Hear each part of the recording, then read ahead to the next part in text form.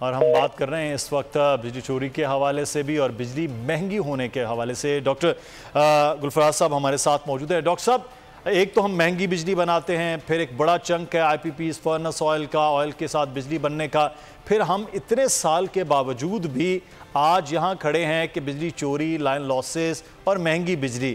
کیا وجہ ہے کہ ہماری ڈائریکشن اس جانب نہیں رہی کہ ہم انرجی کے اس چیزوں کو فکس کر پاتے ہیں؟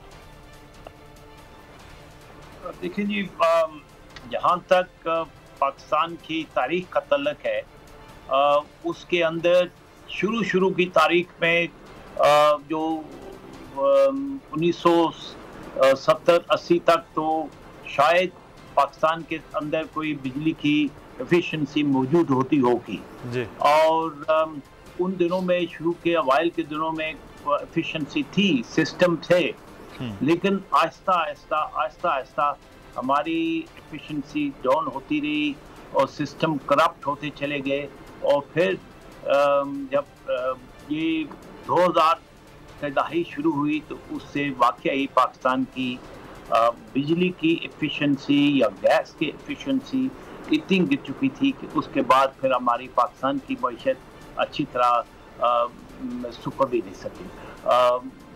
تو یہ بات یہ ہے کہ اب اتنی پرانی ہونگی ہیں ہماری یہ عادتیں یا جو ہماری ناکامیاں ہیں انرجی کے اندر، کہ اب وہ مزید بڑھتی چلی جا رہی ہیں اور وہ بالکل کوئی کم ہونے کا نام ہی نہیں لیتی۔ اور عجیب کی بات یہ ہے کہ جو یوٹیلیٹیز کی چوری ہے، گیس کی یا بجلی کی، اس چوری کو کوئی چوری تصور ہی نہیں کرتا، حالانکہ آج کل کے زمانے میں جو موجودہ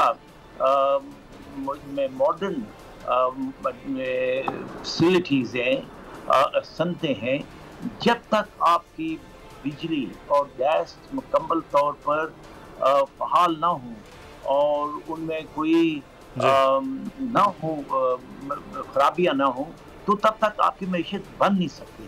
اب یہی ہے کہ جیسے ہی آپ کی معیشت بڑھنے لگتی ہے تو یہ انرجی کے ذریعے دوبارہ پیچھے بیٹھ جاتی ہے۔ اور اب دیکھیں کہ پچھلے دنوں میں جب یہ کووڈ کا ہوا تو پاکستان نے کووڈ سے اپنے آپ کو بڑے اچھی طریقے سے بچا لیا اور کم سے کم ان کو نقصان ہوا، لیکن اس کے بعد پوسٹ کووڈ کے اوپر آ کر جو انرجی کی یعنی جو جس کی قیمت ہوگی، جو گیس ہے، گیس کی قیمت اتنی زیادہ ہوگی، $60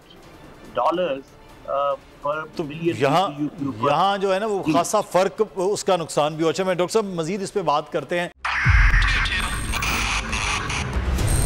موبائل لون اپلیکیشن سے قرض لینا عوام کے لیے عذاب بن گیا۔ سود کی زیادتی اور دھمکیاں، شہری نے اپنی جان لے لی۔ بول نے دیا اپنے عوام کا ساتھ، اٹھائی اس اسکیم کے خلاف آواز۔ جو ہے لون دینے کے حوالے سے فراڈ بن رہی ہیں اور لوگوں کی زندگیوں سے اور ان کی عزتوں سے بھی کھیل رہی ہیں۔ تو میں یہ سمجھتا ہوں یہاں پہ 2-3 بڑی اہم چیز ہے۔ یہ ہے کہ ایسی ایپس جو کہ ایکسیس پرووائڈ کر دیتی ہیں ٹو دی کانٹیکٹس اور اس کے علاوہ ٹو دا گیلری۔